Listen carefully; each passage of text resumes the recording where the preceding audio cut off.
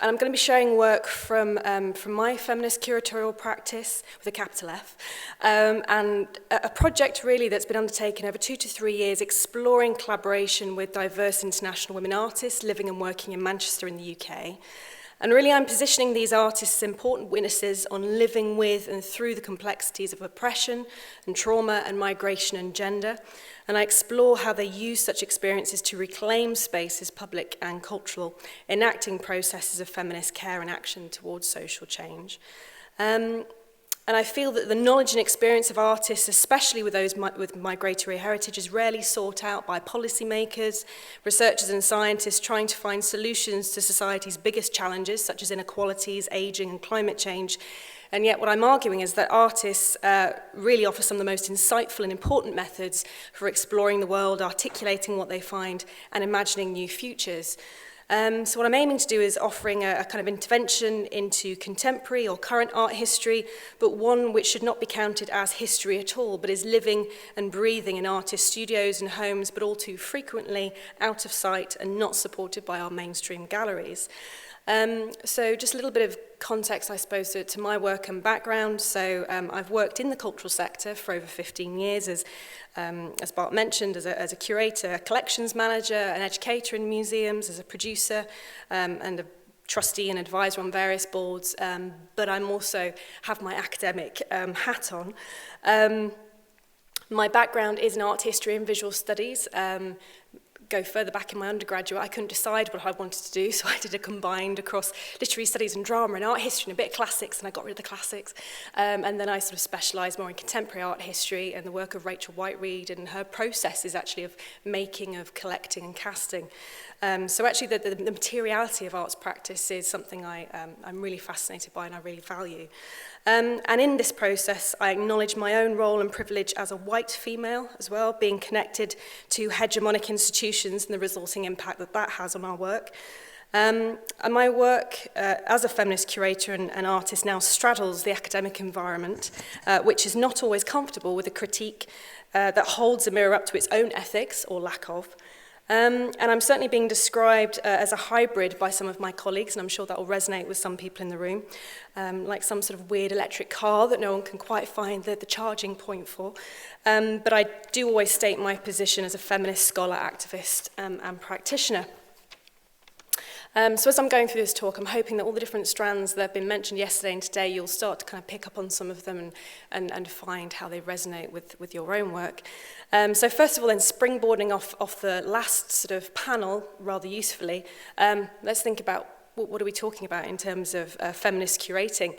So this is sort of my description, I suppose, that feminist curating is activist. It seeks change through art, museology, and heritage discourses. It challenges oppressive structures. And feminist curation, for me, serves that in-between space where heritage and human rights intersect. And importantly, a feminist curatorial practice makes space for a feminist arts practice, again, as we saw in that last panel. Although this term feminism is contentious for some people, and actually, as we go through the talk, I'll explain, particularly as we get towards the end of the talk, how actually the feminist word, or the F word, we should whisper it, the F word, it doesn't always sit comfortably with everybody. And actually, Jessa Crispin wrote a brilliant book a couple of years ago, Why I'm Not a Feminist, and she is a feminist, but her point was that actually feminism is being misappropriated, stuck on tea towels, mugs, etc. And is this the true feminism that we're wanting to talk about? I would say no. Feel free to come back at me on that. So feminist curation then is political, and I don't use the term politics in the sense of party politics, but politics that concerns power, participation, and representation in decision-making, and the distribution of wealth, the values and positions on issues concerning how people are treated in their everyday lives. And feminist curation has been most clearly embraced within the contemporary gallery sector. People mentioned Maura Riley's work earlier, also Amelia Jones, Dimitri Karki and Perry have all outlined quite thoroughly the historic and current movements within the Western visual arts context.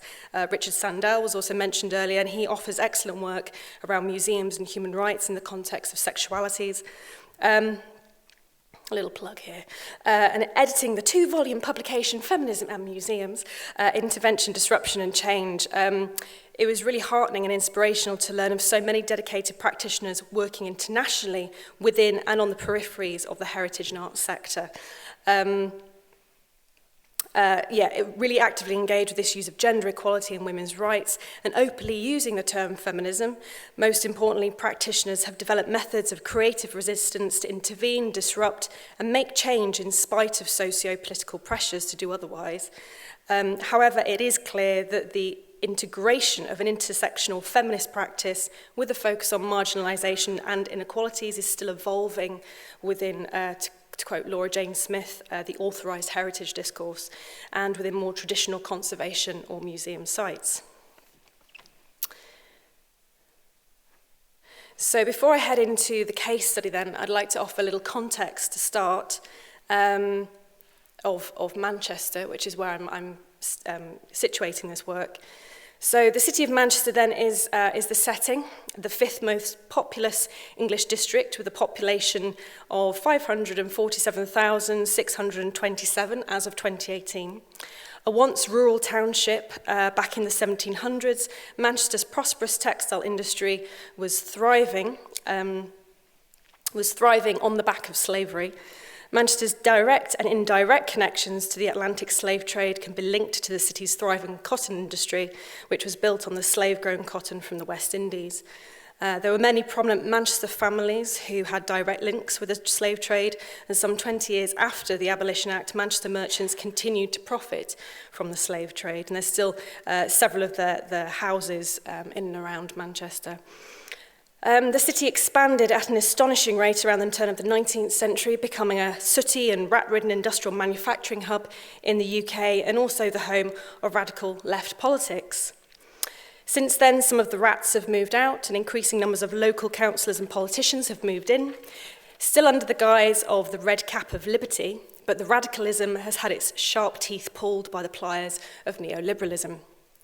Despite recent economic growth, the benefits have not been felt equally by all sections of the population in Manchester. Economic improvements have not been matched by similar improvements in health outcomes or narrowing inequalities. Manchester residents experience higher levels of ill health and early death than any other major cities and towns in England. But Manchester is a complex and diverse city with over 200 languages spoken.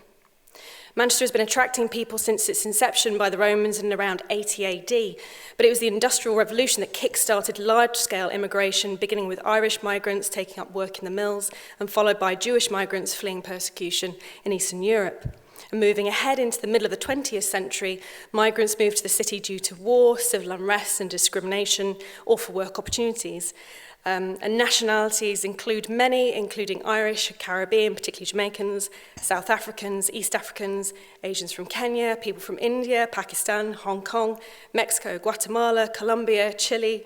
Others are from Bangladesh. Some are Ugandan-born Asians, Vietnamese, Iranians, Iraqis, Afghans, Syrians, Rwandans, Zimbabweans, Congolese, Ghanaians, Somalians, Angolans, Bosnians, Kosovans, Albanians, Ukrainians, Polish, Spanish, Hungarian, the Swedish and the French. Outside London, Manchester has the largest body of international students from China, and we also have the odd Australian and American. Cultural vibrancy and complexity hold together the red bricks of Manchester. And yet the richness of this local global cultural expression of creativity, of artistry, of difficult heritage is largely absent from the walls and collections of our galleries and museums and archives, and less represented through colonial artefacts. In Manchester, the one rare but under-resourced gem is the Ahmed Iqbal Ullah Race Relations Resource Centre, an open-access library specialising in the study of race, migration and diversity, and of Black, Asian and minority ethnic Manchester. However, even this great resource doesn't have capacity to fully understand and represent the range of international artists and arts practices in the city. So arts archives in the UK do claim to be dedicated to the collecting and documenting of British practitioners. However, many women artists, especially those who are migrants or from underrepresented backgrounds, fall through the gaps. The UK's art activist Barbie. This is a great project if you haven't checked this out already, by Sarah Williamson. She's based in Huddersfield. She goes around all the various galleries and sort of sets up little Barbie sort of interventions in the Anyway, I'll let you explore her work in your own time. It's really fascinating. Anyway, so work such as activist Barbie and also the Guerrilla Girls continued to reveal the startling absence of women artists in national collections, or stereotypical gender and race representations, and challenge unethical museums practice. So, in the Manchester context then, this was the starting point for my work these past 3 years, to ask the question, where are the women artists, but more specifically, where are the international and Black and Asian and ethnic minority women artists? So this project then, the Travelling Heritage Bureau of International Women Artists, started in 2017. It was was a co-research project and supportive network with and for international women artists based in the northwest of England, but focusing very specifically on Manchester. The THB was developed and led by my organisation, Digital Women's Archive North, which is, as we talked about before, a platform for feminist curatorial practice and social action and experimentation in making and claiming cultural spaces, both digital and material. So this project aimed, through creative practice, to research, to explore the work and cultural heritage of international women artists in Manchester, to think about how can they be identified, collected, documented and shared in line with UNESCO's recommendations concerning the status of the artist and 2005 Convention on the Protection and Promotion of Diversity of Cultural Expressions. The project developed a new archive of documentation and practice-based outputs from up to 26 women artists in the city and laid the foundations for the group to potentially evolve as a collective. And the project had also brought to the fore significant issues concerning representation, hierarchies and power structures inside and outside the group. Subsequently, the artists have founded the Centre for International Women Artists, CIWA, a studio and gallery in Manchester. And CIWA continues to evolve cultural practice, management and production methods through action research, led by BAME and International Women Artists. And I'll come on to that towards the end of the presentation. So I think the learning gained from these artists really has the potential to shape alternative models of cultural equity and equality. And I'm starting to kind of tease all this out and really think about what's happening here with this project. So the Bureau project had many strands to it in terms of activities and outputs for identifying and documenting and sharing work developed in collaboration with the women artists and with cultural organisations in Manchester, such as Home, Manchester Art Gallery, Zalige Arts and the Whitworth Art Gallery. Exhibitions, writings, conversations, residencies, archives, sonic work, a film and photography all come together across the project to demonstrate how arts, practice and methods function as documentation and living memory. And this is all being captured in a new digital archive and other shareable resources. This is also the other context as well for this project in terms of global movement internationally. 70.8 million forcibly displaced people across the world, and 50% of that is made up by women. So when we're thinking about international women based in Manchester, it's a combination of different migration motivations. So this is the background to this project. As I said, various workshops and events and activities sort of coming together. Someone earlier mentioned about the importance of trying to actually document artists as they're living, and I think this is the challenge for all of us in thinking about contemporary collecting when we have so many things already stuffed in our collection spaces and our archives. You know, how do we make space for current artists, and particularly those artists that are already falling through the gaps? How do we do that? Many different conversations took place during the project, and interestingly, I think the artists now are starting to go back through the archive and documentation of the work and to also make use of it in their own way. So this was an edited email conversation about the term displacement. When we first started the project, it was called the Travelling Heritage Bureau of Displaced Women Artists. Immediately they said, we don't like the word displaced, and we had a big conversation about that and switched it to international. And so one of the artists actually forwarded this conversation to a journal, which is brilliant. Obviously, you know, we all agreed to this. Thinking about what does displacement mean, how do we contextualize this? So this is the kind of knowledge production actually that is just simply missing at the moment, I think, particularly in a Manchester context, and it'd be worth you thinking about for your own context.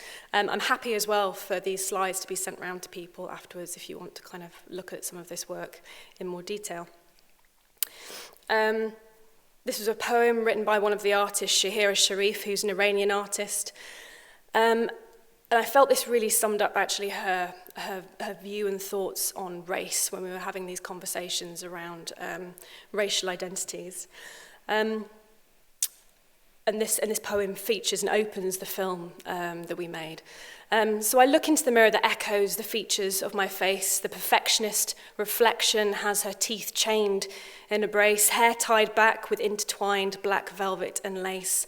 Armed with a CV packed with experiences, ready to retrace the complete list of essential and desired credentials to embrace. From all that can be asked, they question only about the race. Even the mirror can tell that I've gambled without an ace. So these are women who have actually, some of them have had amazing careers in other contexts, in other international contexts, and they come to the UK and they're having to start all over again.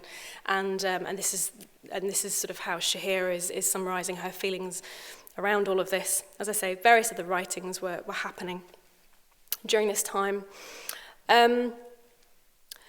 So through the project then, I was acting as a sort of primary, as the project manager, also as the curator, also as the key contact point for all of the artists, and it soon became a daily ritual, the checking for their messages and writings and images coming through on email.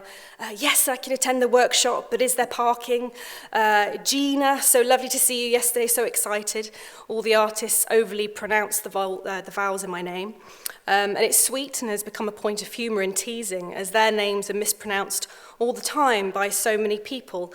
They are frequently too shy to correct them, and it angers me, people's laziness. The communications throughout have been intense, workshops on a weekly basis, meetups just to hang out, drink coffee, chat about children, mothers, and upcoming divorce, archival research, making and designing, sharing of recipes and group meals, varied levels of emotional and physical support across, at its maximum, 26 artists. I was certainly afraid that I would burn out through this process.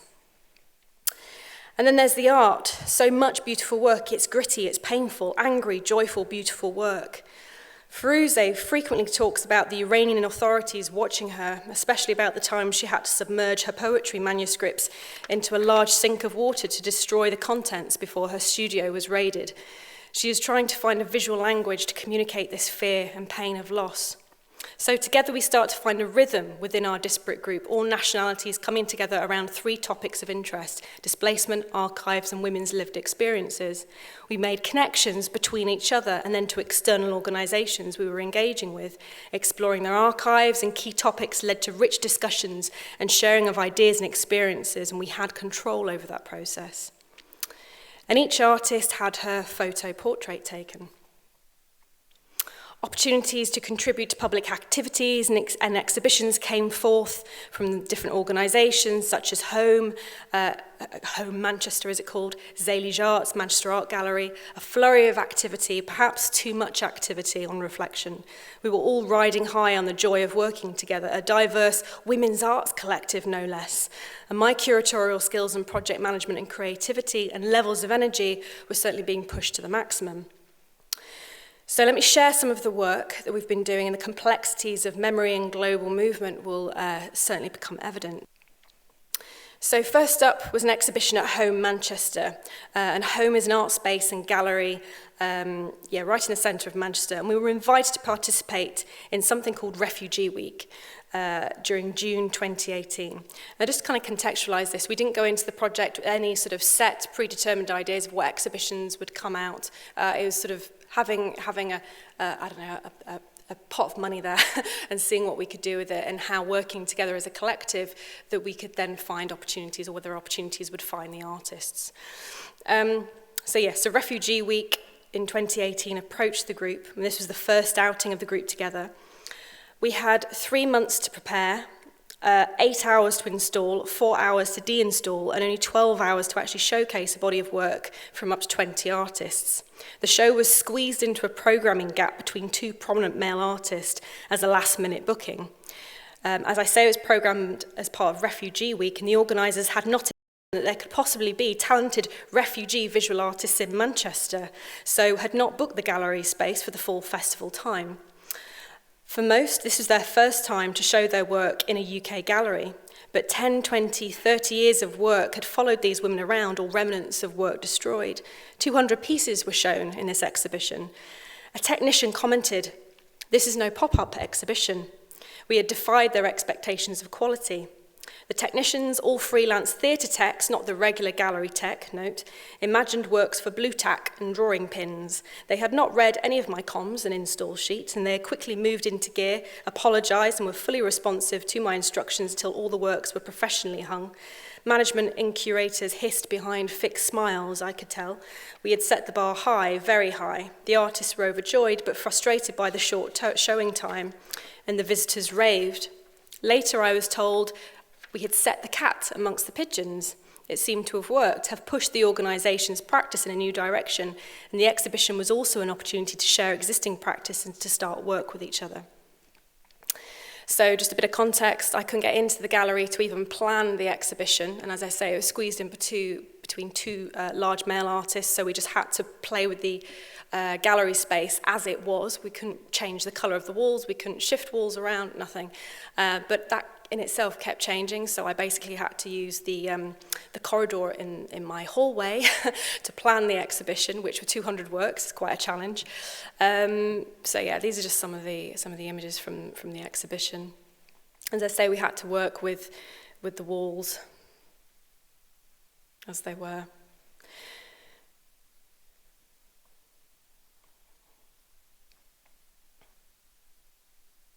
And it's interesting to note, I'll just pause on this photo. So this is a series of collages by one of the artists. And through the conversation yesterday and today, there was a comment about scale of artists and how there's this sort of perception that actually large artworks are more valued, and also works that are oil works, for example, whereas these are paper-based works and they're sort of just A4. And there's a practical reason for this, one that the artist had to leave all of her work behind in her home country when she fled. And also she didn't have the money to then be doing the work she was doing back in her home country when she arrived in Manchester. So again, there's a question here about how we're understanding mediums and how certain women artists actually only have access to certain levels of economy or materials and so on. So that really resonated when that came up in a previous talk.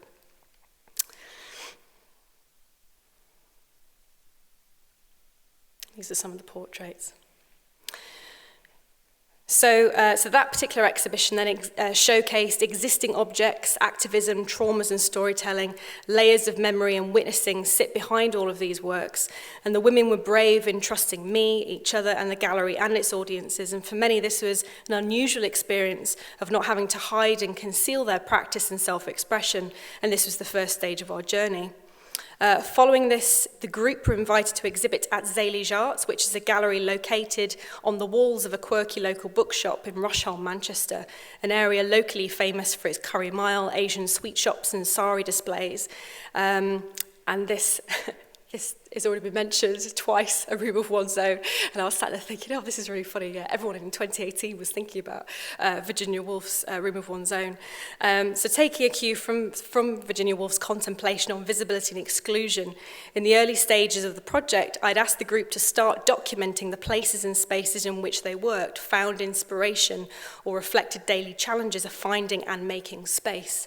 The exhibition was a collective archival response. Finding spaces and making spaces physically, conceptually, and creatively is difficult for women excluded or forcibly removed. So these are just some of the...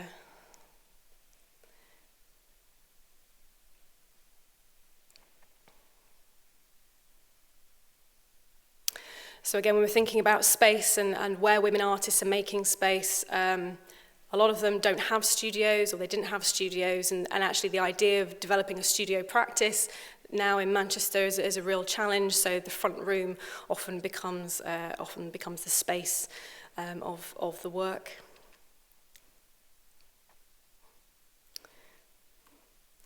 So that exhibition was happening, and at the same time we were involved in a larger scale project with the Whitworth Art Gallery and international embroidery artist Alice Kettle, that some of you might know. So participation in Alice's project, Thread-Bearing Witness, was a collaboration already set in motion at the start of the project. So this was the only thing actually that we knew we would definitely be part of in terms of bringing the artists together with a particular gallery venue.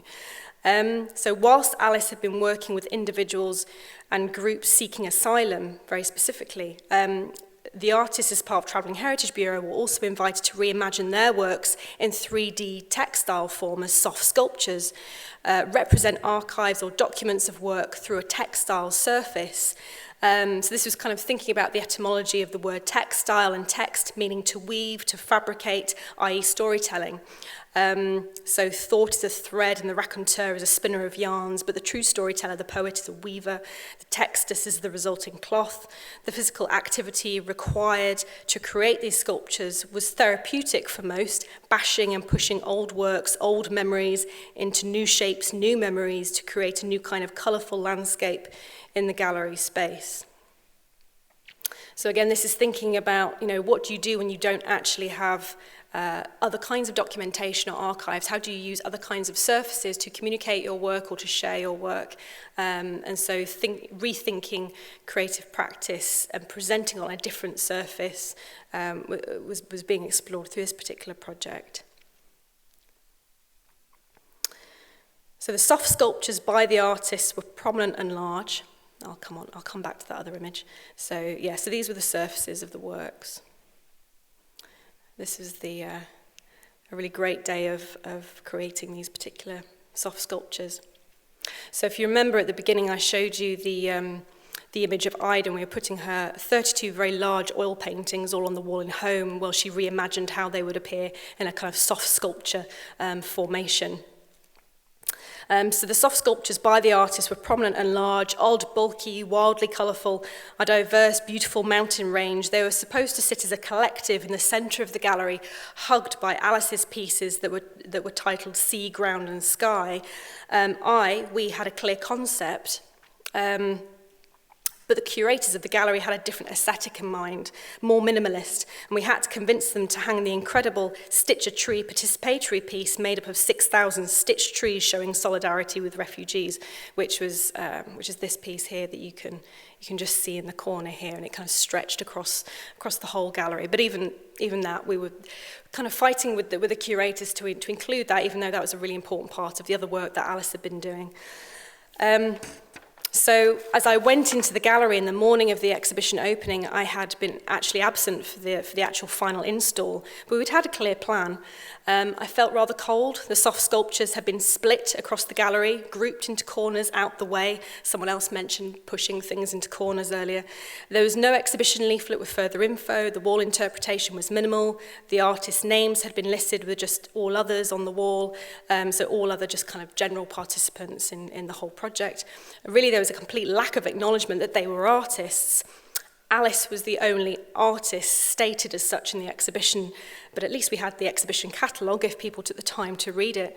And why? Why had these works been split?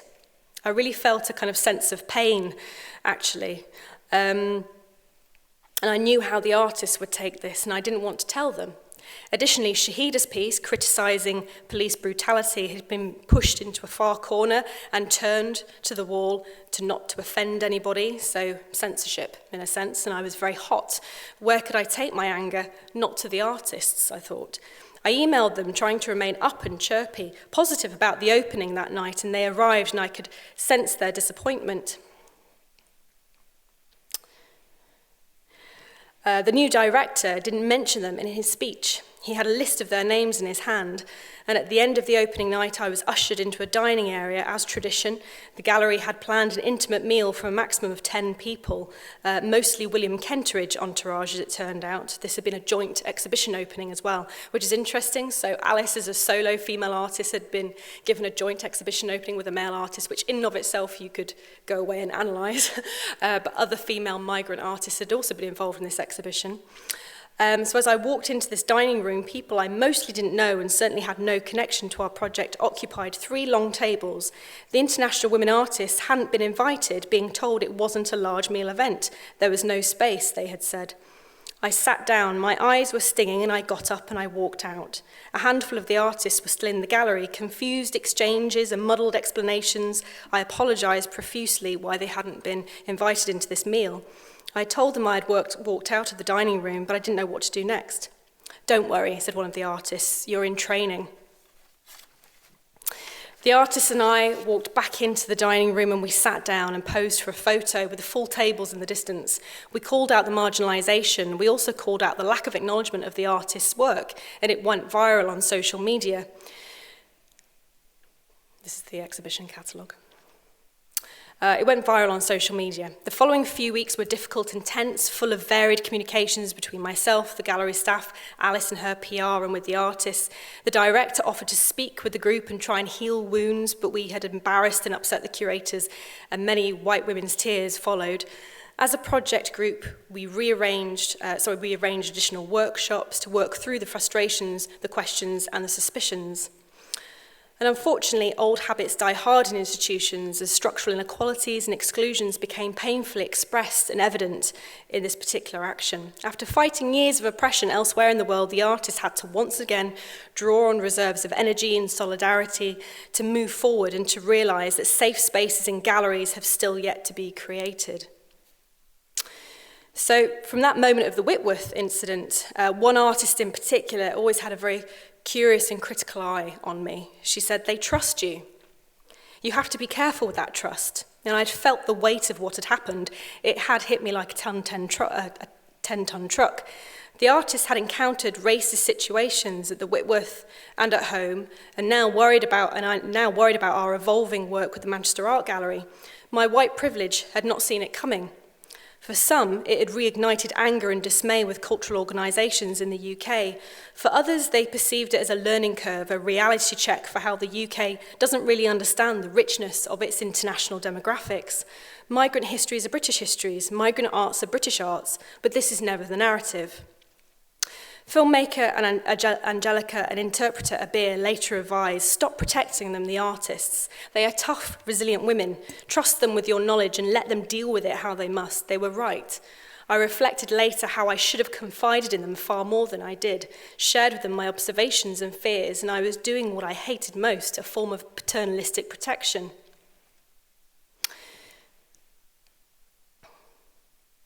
So again, these are just some of the writings from the artists as we were sort of moving forward the project.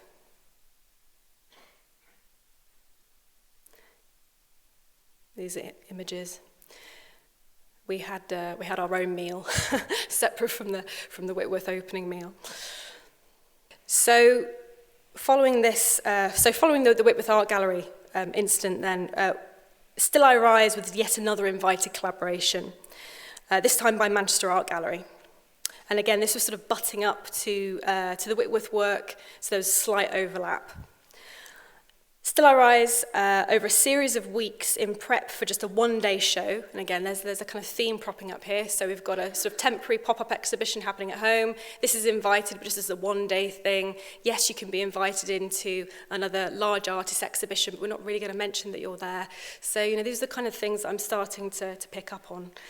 So a one-day show, this time with Manchester Art Gallery, Journeys Festival and Community Arts Northwest, inspired by Maya Angelou's fierce poem of Black women's strength. The artist questioned, where are the women artists in the Manchester Art Gallery? Director and actress Yusra Wasama led them through an emotional process of performance and curation, requiring the artists to dig even deeper into personal and collective memory of racism and misogyny, into their own archives, evidencing the silence and exclusion, some carefully working through metaphor and poetics to reclaim their bodies, reflecting on the violence suffered by women in Iran, Syria, Guatemala, the Congo. I could go on. In response to the frustration of institutional violence being enacted upon them, even when invited into an institution, some took work took a beautiful activist turn, reclaiming the space of destruction, invisibility, and denial of access. So in response to the frustration of institutional violence being enacted upon them, even when invited in, some work took a beautiful activist turn, reclaiming that space of destruction and invisibility and denial of access. Bayunu employed creative methods of destruction and denial that destabilised the established format of an artist's intervention in a gallery. Additionally, her practice inspired artists in the collective and directly challenged the authority of the gallery to validate female artists, and specifically BAME women artists. Being invited into the master's house, Bayunu queried the master's rules with important consequences. So Bayunu's performance requires analysis in the context of erasure and exclusion of black women's histories and cultural production and labour, and yet the parallel socio-cultural exploitation of and assumed colonial access to black women's bodies. And these issues are not historic, but ongoing in the museum and gallery, and motivated Bayunu's creative response. So let me just go back. So Bayunu was starting to work on this piece, and then because of the Whitworth incident, she was incredibly frustrated, and so she burnt it. And she said, a lot of work and hours of my time went into this piece. When I removed her, I imagined many more hours to complete her. I am glad that in the end she gave herself up to film and to make space for my new piece, which was inspired by Rennie Edo Lodge's Why I'm No Longer Talking to White People About Race, and became a wrapped performance. She was literally stood there in the gallery, wrapped in bubble wrap, and refused to open her work to the gallery. Other artists reflected the white noise of privilege right back at the audiences and gallery staff.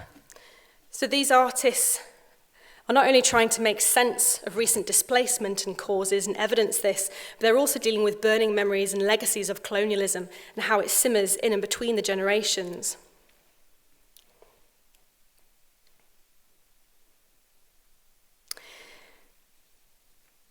These comments are from Shahida.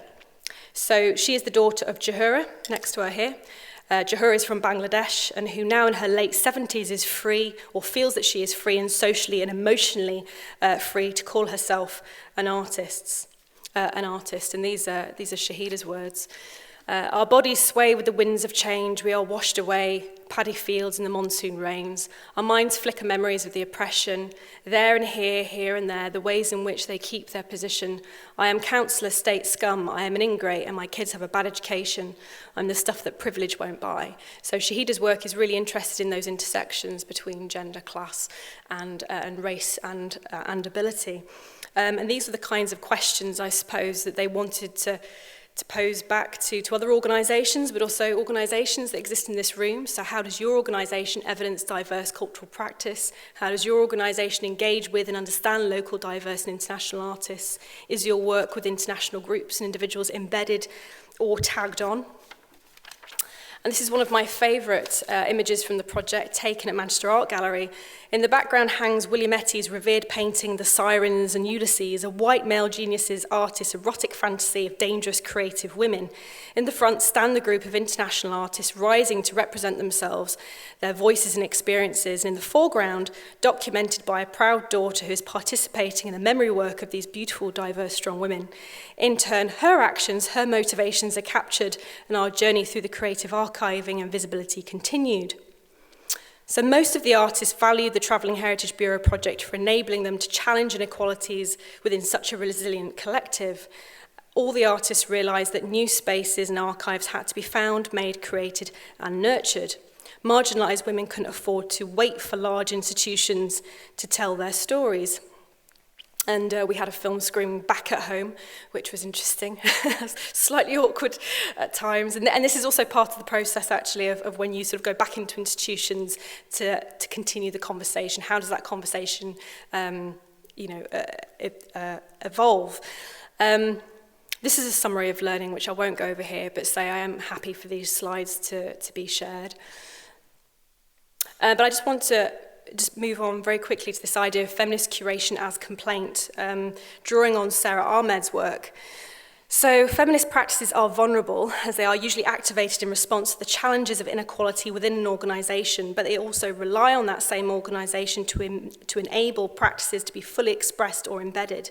Often they are temporary interventions or disruptions, which this project still was, which may be easily forgotten or removed post-programming.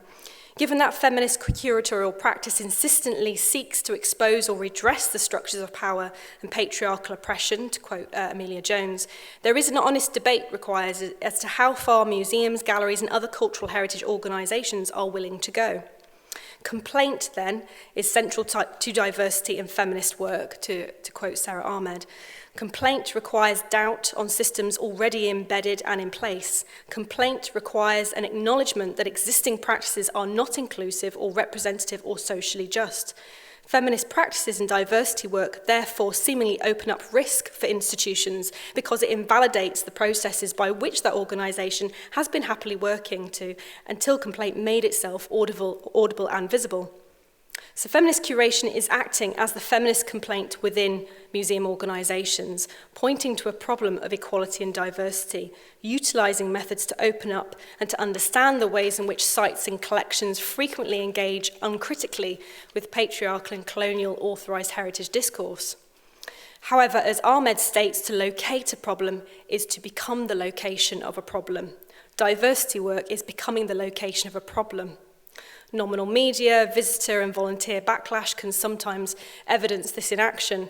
Organisations become the location of the problem, not the ongoing global injustices and oppression faced by women and LGBTQ+ groups and individuals, which is what Curation's complaint is pointing to. So just to wrap up then, thinking about making feminist space, so this idea that we've now moved on from the project format, a kind of intervention and disruption, to try and make or affect some kind of change and making new feminist space. So following the project, a clear consensus emerged. We needed space, feminist space, a studio, a gallery. Some of the group thought we understood what and how this could emerge, evolve and function. The proposed location was the first point of contention, as space is not neutral. Some artists stepped away, most stayed. The gender, racial and class inequalities within the arts and heritage sectors drive us to evolve new models, carve out rooms of one's own. We hadn't considered, though, how oppressive experiences ran so deep to impact the artists' behaviours and threatened the utopian plans for spatial agency, independence, equity and fairness, care, co-working and collectivism. The violence of patriarchy leaves a corrosive residue. As articulated by one group member, if you don't know what a pineapple is, how can you describe it? If you have no cultural models of feminist spatial practice, of women's arts collectives, of equitable behaviours, if you have lived under oppressive regimes and in the UK's hostile environment, how do you begin to understand what a feminist space looks, feels and sounds like? How do you begin to know how to participate in a programme of social change? I, had made too many presumptions, especially those of us with access to knowledge, ideas and methods to draw from. I, assumed a shared vision of feminist practice and space. I, had leapt ahead, riding on the euphoria and shared success of the previous project towards a final chapter of enacting a new lived experience of feminist women's arts practice. But really, we're still at the introduction. The past 2 years have indeed been fruitful and revealing, have helped us to explore the difficult question of whether feminist curatorial approaches lead to increased social action, equity and justice for women. Those 2 years had resulted in some deep reflection for my own approaches and a very public challenging of damaging practice by local Manchester arts organisations. So in effect, we're starting again, drawing on the trust and relationships we have between us to rethink our Making Space project as a 3-year commitment, a process of action research that is difficult and involves far more emotional labour than any of us could have predicted. Our challenge, to work together over these years to evolve new understandings of curatorial feminism in action and to make a space that carefully tends the wounds of traumas to allow women's arts practice to flourish. And this is the work of hope, of care and of love. Thank you.